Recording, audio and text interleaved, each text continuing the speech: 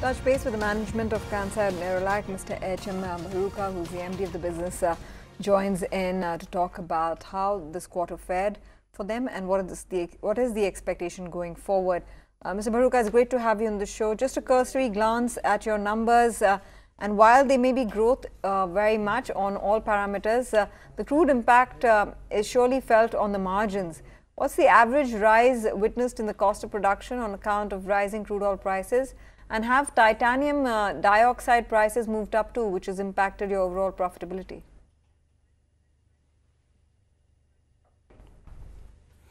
So you're right, growth has been good. As I have been saying, double-digit growth is expected, and decorative has done better than the industrial, but both have given a double-digit growth, and volume growth also has been good. However, as expected, because of the crude oil price, depreciation of rupee, the raw material cost has got impacted. So if you look at our raw material cost, has gone up by 150 basis point, and which is what is reflected in the profitability. Though we are showing about 7% growth in the EBITDA margin, but the profitability has gone down by 150 basis point, which is purely because of the raw material cost. And so what's the trend that you can tell our viewers on margins going forward from here? Would you keep the baseline of 15%? Is there more margin erosion in store? Can you keep it up with 16-17% odd?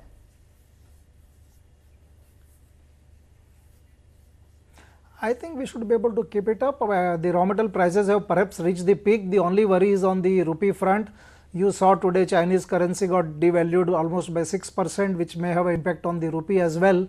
So these are the worrying situation, the trade war which may affect crude oil prices, which may affect the currency fluctuation. So there are a lot of uncertainties around the horizon as of now.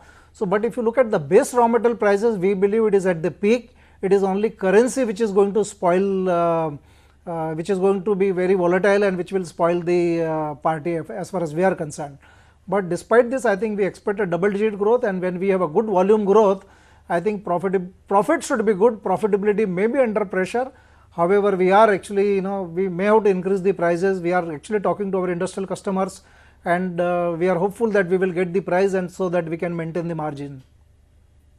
Okay, and where does the pricing strategy lie amidst all these variables, and how prompt have you been in passing on the higher prices on to customers? And if there is a price hike, don't you think that's going to challenge your volume somewhere?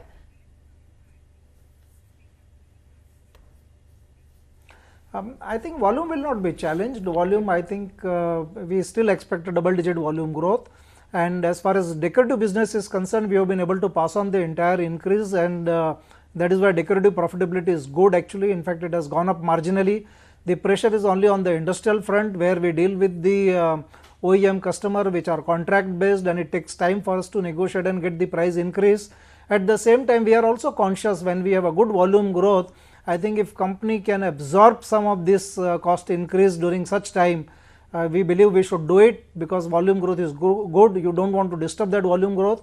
It is not only profitability which we should look at, and if you look at long term picture, I think long term picture remains very intact, and even at this raw material increase in price or crude oil increase in price, I think numbers we believe are very good.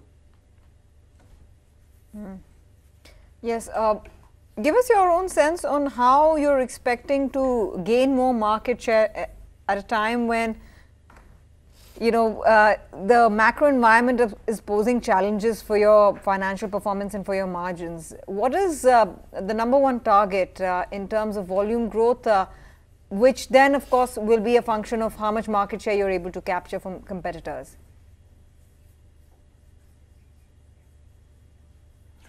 So we don't have a numbers of other industrial our other colleagues as of now, but we believe we have done reasonably well. I think last 3 years we have been doing better than the industry average. So we hope that even this year or coming year we will be able to do that as well. And there are a lot of other strategy which are in place, which will help us in improving our top line. So even though bottom line, because of the crude oil price, may remain under pressure for a time being, but we hope that we will be able to get a good volume growth, and that will compensate us apart from doing value engineering at our end.